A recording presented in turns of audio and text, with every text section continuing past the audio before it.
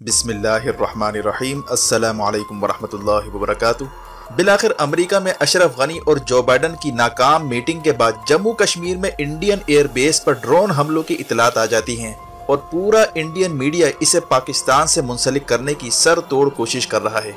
लेकिन इस बार भी पठानकोट, उड़ी हमला और जाली पुलवामा की तरह इस ड्रामे का भी ड्रॉप सीन हो चुका है। इंडियन फौज के साबिक अफसरान ने इसे अंदर के लोगों की कार्रवाई करार दे दिया है। अफगानिस्तान में तालिबान की बेतरफे फतूहात और अशरफ गनी की अमेरिका में नाकाम होती मीटिंगों के बाद मशरकी बॉर्डर पर कौन सी खिचड़ी पक रही है और अचानक से इमरान खान ने मगरबी बॉर्डर सील करने की बात क्यों की? क्या मशरिक से महाज खोलने की तैयारी हो रही है? सूरत हाल आखिर किस जानिब जा रही है? मजीद तफसीलात में जाने से पहले असलियत टीवी को सब्सक्राइब करते हुए बेल आइकन पर क्लिक करें ताकि हर आने वाली वीडियो का नोटिफिकेशन आपको बर वक्त मिल सके। नाज़रीन कराम, घर का भेदी लंका ढाए, ये मुहावरा तो आपने सुना ही होगा, लेकिन इसकी अमली तस्वीर बार बार इंडिया बनता आ रहा है।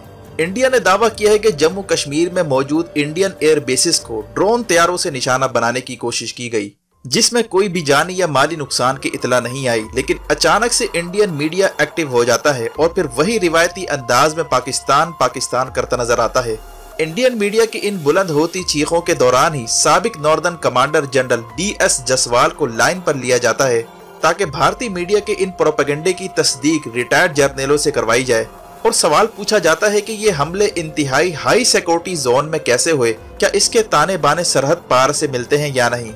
इन सवालात पर मज़कूरा इंडियन जर्नल ने जो जवाबात दिए, इससे इंडियन मीडिया को मजीद हैरत के झटके लगे। इसका कहना था कि ये लो इंटेंसिटी का हमला था और इस हमले का पाकिस्तान से कोई ताल्लुक बनता ही नहीं। दूसरी बात यह है कि जिस जगह ड्रोन हमला हुआ है वो बॉर्डर से 14 किलोमीटर की दूरी पर वाक़ है और इतने छोटे साइज के क्वाडकॉप्टर का बॉर्डर से यहाँ तक फासला तय करना, वो भी 7 किलो वजनी बारूद लेकर, ये कतन नामुमकिन है क्योंकि बीच में सिक्योरिटी इंतहाई सख्त है। रेडार, जैमर्स और सेंसर नस्ब हैं जो वसी इलाके पर निगरानी का काम करते हैं। लिहाजा इस क्वाडकॉप्टर का पाकिस्तानी सरहद की जानिब से आना नामुमकिन है। तीसरी बात उन्होंने ये की कि इस वक्त भारत में और जम्मू कश्मीर में ड्रोन बनाने वाली कंपनियां मौजूद हैं।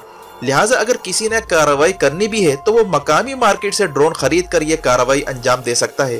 पाकिस्तान से ड्रोन भेजने की जरूरत नहीं है। लिहाजा ये काम पाकिस्तान का नहीं लगता, बल्कि अंदर के लोगों की कार्रवाई मालूम होती है। यानी इंडिया के अपने जर्नलों ने इंडियन प्रोपेगेंडा का भांडा फोड़कर इस ड्रामे का ड्रॉप सीन कर दिया है। 24 घंटे भी न गुजरे थे कि इसकी असलियत बेनकाब हो चुकी है। Retired lieutenant general BS Jaswal ने मजीद क्या कहा, मुलाहिजा कीजिए। The equipment used was not very sophisticated. How did it happen? Now, for a drone to carry a payload from across the border to a distance which is about 17 to 20 kilometers from the border, well, it's slightly difficult for it. For it to be effective, I think my military experience says that it has been launched locally from Jammu area itself, from some dominating height. No, you see, proximity to the border means it's about 17 to 20 kilometers away. Now, for a drone to travel that much distance, it has to be a very big drone. Right. It cannot avoid signatures from the radar. So I don't think from across the border Pakistan will venture into it, and the easiest is to assemble a drone within India itself. They could have got the spare parts, smuggled it from across, but there are numerous companies in the country which are manufacturing all kinds of copters. Right. And they can carry payload up to about 8 kgs or so, 8 to 10 kgs. So where is the problem? It is manufactured in India, assembled in Jammu and launched from Jammu. Why should Pakistan launch what you call such a long distance small drone? It doesn't have a radius of action of that much. जैसा कि आपने देखा कि India के खुद अपने journal इस जाली हमले का भांडा फोड़ रहे हैं, क्योंकि जिस भोंडे तरीके से प्लानिंग की गई इसे इंडियन जर्नल भी डिफेंड नहीं कर पा रहे। मजबूरन इन्हें भी इस नैरेटिव से अपने आप को अलग करना पड़ रहा है। मजीद पहलुओं पर रोशनी डाली जाए तो नजर आता है कि इन दिनों नरेंद्र मोदी जम्मू कश्मीर में इलेक्शन करवाना चाहता है, जिसमें इसकी ख्वाहिश है कि किसी तरह हिंदू इंतहा पसंद जमातें इक्तदार में आ जाएं। जबकि इस इलेक्शन से ठीक चंद दिन पहले कश्मीर की लीडरशिप को दिल्ली तलब करके खुफिया मीटिंग की गई, जिसमें फारूक अब्दुल्ला, गुलाम नबी आज़ाद और महबूबा मुफ्ती ने शिरकत की। इस मीटिंग के बाद कश्मीरियों ने इल्ज़ाम लगाया था कि कश्मीर पर सौदेबाजी की कोशिश की जा रही है और मीटिंग में शरीक होने वालों को दिल्ली का एजेंट भी कहा गया। इस मीटिंग के फौरन बाद कश्मीर में ड्रोन हमला हो जाता है।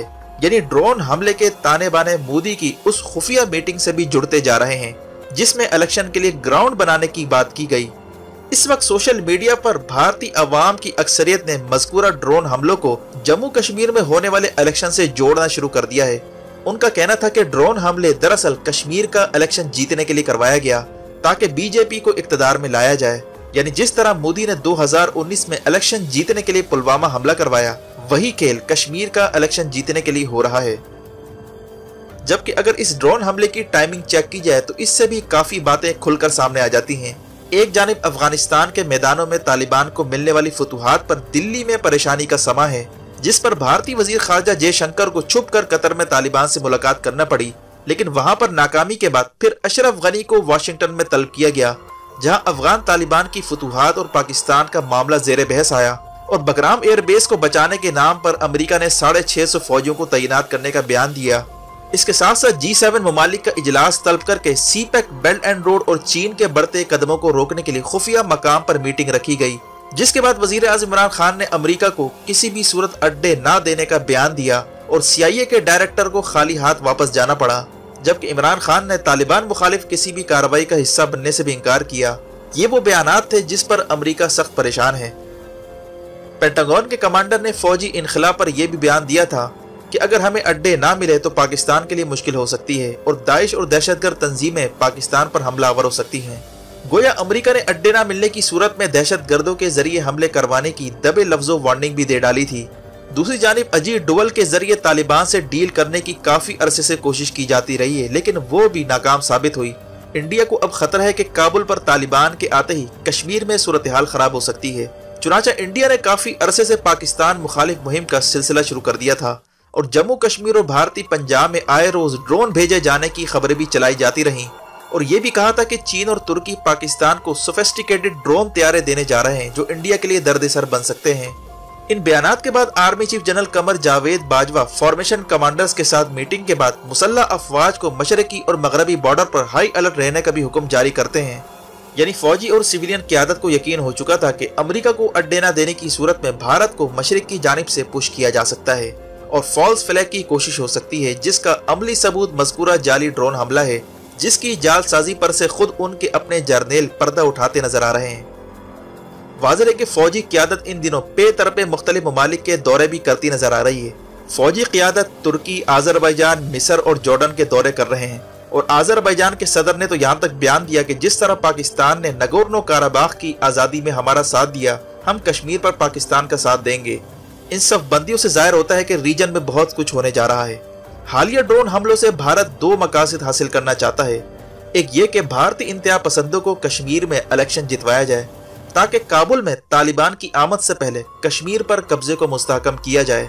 दूसरा ये कि पाकिस्तान पर प्रेशर डालकर अमरीकी मफादात को सर्व किया जाए, क्योंकि अमरीका की ख्वाहिश है कि अड्डे ना मिलने पर पाकिस्तान से किसी तरह बदला लिया जाए और LOC और मगरबी बॉर्डर पर प्रेशर बढ़ाया जाए। जबकि कोयटा और बलूचिस्तान में होने वाले हमलों और लाहौर में हाफिज सईद के घर के बाहर धमाके, ये तमाम वाकयात एक दूसरे के साथ लिंक्ड हैं। यानी पाकिस्तान पर मशरिक और मगरिब से प्रेशर और अंदर से स्लीपर सेल्स को एक्टिव करने की कोशिश की जा रही है। वाज़ेह है कि गुज़िश्ता कई दिन से भारत में यूरेनियम की चोरी से मुताल्लिक खबरें भी आती जा रही हैं और इम्कान है कि चोरी शुदा यूरेनियम से तखरीबी कार्रवाई भी अंजाम दी जा सकती है, जिस पर गहरी नजर रखना होगी। हाल ही में पाकिस्तान की जानिब से FATF को याद दिलाया गया कि भारत में तो यूरेनियम की चोरी से मुताल्लिक आए दिन खबरें आ रही हैं, आप इस पर क्यों एक्शन नहीं लेते? जिस पर FATF ने इस हसास मामले को कोविड-19 से जोड़कर गोया दामन झाड़ने की कोशिश की। यानी ये बात क्लियर हो चुकी है कि FATF आलमी ताकतों का मोहरा बन चुका है और यूरेनियम जैसे हसास मामले पर अगर कोई एक्शन नहीं लिया जाता तो इसका मतलब कि इंडिया को खुली छुट्टी दे दी गई है और भारतीय इक़दामात के पीछे अमेरिका मुकम्मल ऑन बोर्ड है। यही वजह है कि national security adviser Moeed Yusuf को इमरान खान के विहाब पर बयान देना पड़ा कि अगर जो बाइडन हमसे अफगान मामले पर बात नहीं करता तो हमें भी अमेरिका की कोई परवाह नहीं, अफगानिस्तान में जो कुछ होता है हम उसके जिम्मेदार नहीं हैं। और इमरान खान की जानिब से तालिबान के खिलाफ कार्रवाई में हिस्सा न लेने के बयान से इंडिया और अमेरिका को मैसेज मिल गया है कि अगर पाकिस्तान को नजरअंदाज किया जाता है तो अफगानिस्तान में इनका टिकना मुश्किल हो सकता है। अब देखना यह है कि कश्मीर में हालिया जाली ड्रोन हमले और इसके ड्रॉप सीन के बाद रीजन में सूरत हाल किस जानिब जाती है। ویڈیو دیکھنے کا شکریہ. اپنا اور گرد و نواح کے لوگوں کا خیال رکھیں. فی امان اللہ.